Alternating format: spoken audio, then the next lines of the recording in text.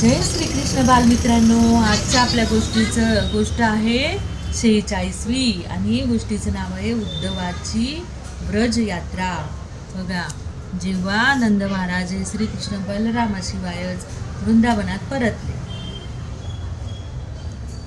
त्याच्यासोबत केवळ गोप आणि गोपांची मुलेच होती. हे दृश्य माता यशोदा, राधाराणी, गोपिका सहित सर्वच व्रजवासी जनांना अतिशय कष्टदायक होते. अनेक भगवत भक्तजनांनी श्रीकृष्णाच्या वृंदावनातील उपस्थितीची संवादी तडजोड करण्याचा प्रयत्न केला. अधिकारी मतानुसार पूर्ण पुरुषोत्तम भगवान श्रीकृष्ण वृंदावनातून एक पाऊलही कधी बाहेर जात नाही. ते सदैव वृंदावनात असतात. तसेच काही अधिकारी भक्त स्पष्टीकरण करतात की श्रीकृष्ण वृंदावनात असले का अनुपस्थित नव्हतेच. ते आपल्या वचनाप्रमाणे नंद महाराजांबरोबर परत आले होते. अक्रूराच्या रथावर बसून श्रीकृष्ण वृंदावनातून मथुरेला निघाले तेव्हा गोपींनी त्यांचा मार्ग अडवून धरला होता आणि त्यावेळी त्यांनी गोपींना वचन दिले होते की मथुरेतील कार्य संपन्न केल्याबरोबर तात्काळ वृंदावनाला येतील आणि श्रीकृष्णाने त्यांना दुःख करू नये म्हणून सांगून त्यांचे सांत्वन केले होते. पण आपण बघतो, जर ते मथुरेत आले आणि मथुरेमध्ये आल्यानंतर त्यांनी जी कुबजा होती तिला सरळ केलं. एक धोबी होता त्याचा वध केला आणि एक माळी होता त्याला पण कृष्णाने चांगले आशीर्वाद दिले. अशा नंतर जो कुयल पिढा हे होता हत्ती, यांनी कंसाने त्याला दारू पाजून ठेवला होता की म्हणजे हत्ती सुसाट झाला का मग तो सगळ्यांना तुडं सुटतो आणि म्हणून मग या कृष्णाला तो मारेल म्हणून कंसाने हा हत्ती तयार करून ठेवला होता.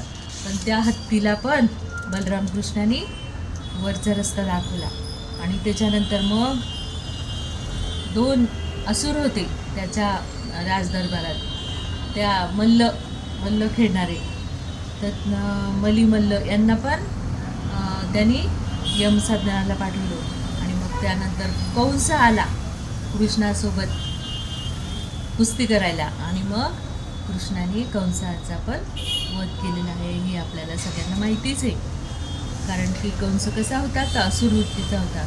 लीलास्मरण होईल हीच थोर भगवत भक्तांनी निर्धारित केलेली श्रीकृष्णाबरोबरच्या सहवासाची प्रक्रिया होय. सान्निध्यात सदैव श्रीकृष्णाच्या सान्निध्यात राहतात. श्री विश्वनाथ चक्रवर्ती ठाकूर यांनी आपल्याला कृष्णलीलांनी उथंबलेले कृष्ण भावनामृत नामक दिव्यवाङ्मय प्रदान केले आहे.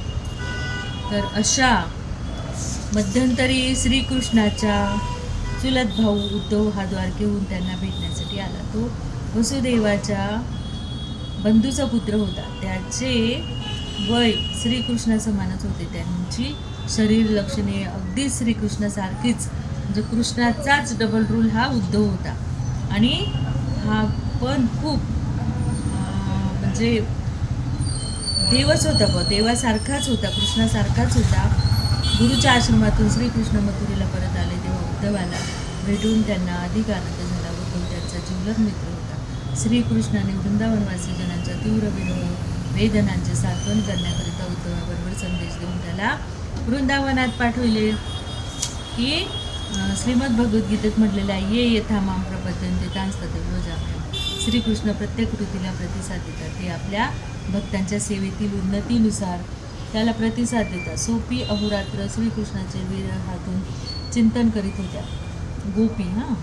श्रीकृष्णाबद्दल गोपींचा तसेच यशोदा माता नंद महाराज यांचा व्रजवासी जनांना सदैव विचार करीत होते. आपण पाहिलंच आहे मागच्या भागात की ते गोपी किती कृष्णासाठी एक जीव एक प्राण होऊन गेलेल्या होत्या. त्यांच्या माझ्याविषयीच्या चिंतनाचा मार्ग असा आहे की माझ्या विरह दुःखाने व्याकुळ होऊन त्या अगदीच मृतप्राय झाल्या आहे. मी लवकर परत वृंदावनात येणार आहे असा विचार करीतच ते आपले जीवन धारण करीत आहे. आणि म्हणून मग कृष्णाने काय सांगितलं की तू गोकुळात जा आणि त्या माझ्या ज्या गोपी आहेत तर त्यांना तू भेट आणि मग गोकुळातील सर्व घरे सूर्यपूजेसाठी, अग्निपूजेसाठी तसेच अतिथी गोब्राह्मणाच्या सत्कार स्वागतासाठी सजविलेली होती.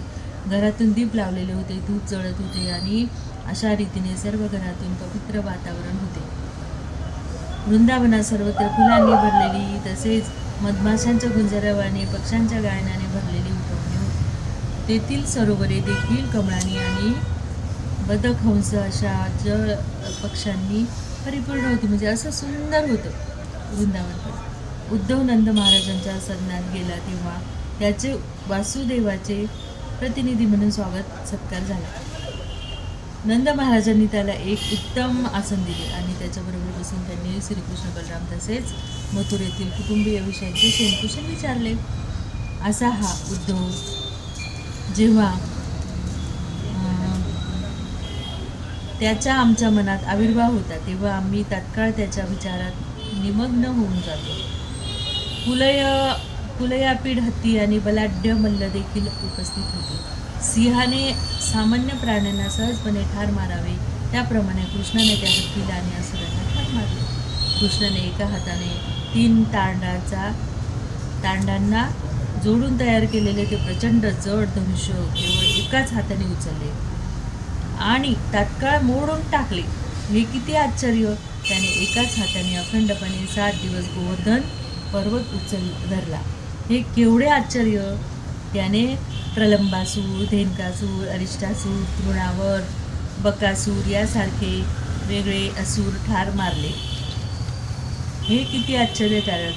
ते असुर इतके बलिष्ठ होते की स्वर्गातील देवी देवता देखील त्यांना घाबरत, परंतु कृष्णाने त्यांना अगदी सहजगत्या ठार मारले.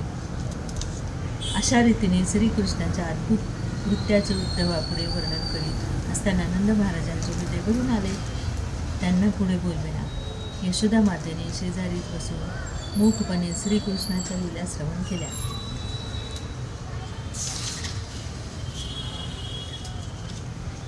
अशा प्रकारे दधिमंथनाचा मधुर ध्वनीबरोबर त्या श्रीकृष्णाच्या लीलांची गीते गाऊ लागल्या. तो दधिमंथनाचा व त्यांच्या गायनाचा स्वर संपूर्ण आसमंतात भरून गेला आणि सर्व वातावरण विशेष पवित्र बनले. सूर्योदय झाल्यावर गोपी नित्याप्रमाणे नंद महाराजांना व यशोदा मातेला प्रणाम करण्याकरिता आल्या. त्यांनी उद्धवाचा सोनेरी रथ बाहेर उभा असल्याचे पाहिले आणि त्या आपापसात चर्चा करू लागल्या. हा रथ येथे कसा? तो कोणाचा आहे? कृष्णाला वृंदावनातून दूर घेऊन जाणारा तो अक्रूर तर परत आला नाही ना? असे अनेक प्रश्न त्या आपापसात विचारू लागल्या. त्या अक्रूरावर प्रसन्न नव्हत्या, कारण कंसाच्या सेवेत नियुक्त होऊन तो श्रीकृष्णांना मथुरेला घेऊन गेला होता. गोपींनी तर्क केला की अक्रूर दुसरी क्रूर योजना पार पाडण्यासाठी पुन्हा येथे आला असावा, परंतु त्यांनी विचार केला आपले नाथ श्रीकृष्ण यांच्याशिवाय आपण केवळ मृत शरीरेच आहोत. अक्रूर अशा मृत शरीराविरुद्ध अधिक कोणते क्रूर कार्य करू शकणार आहे? अशा रीतीने गोपी संभाषण करीत असताना उद्धवाने आपली स्तुती प्रार्थना करणे संपन्न केली आणि तो गोपींकडे आला. जय श्रीकृष्ण.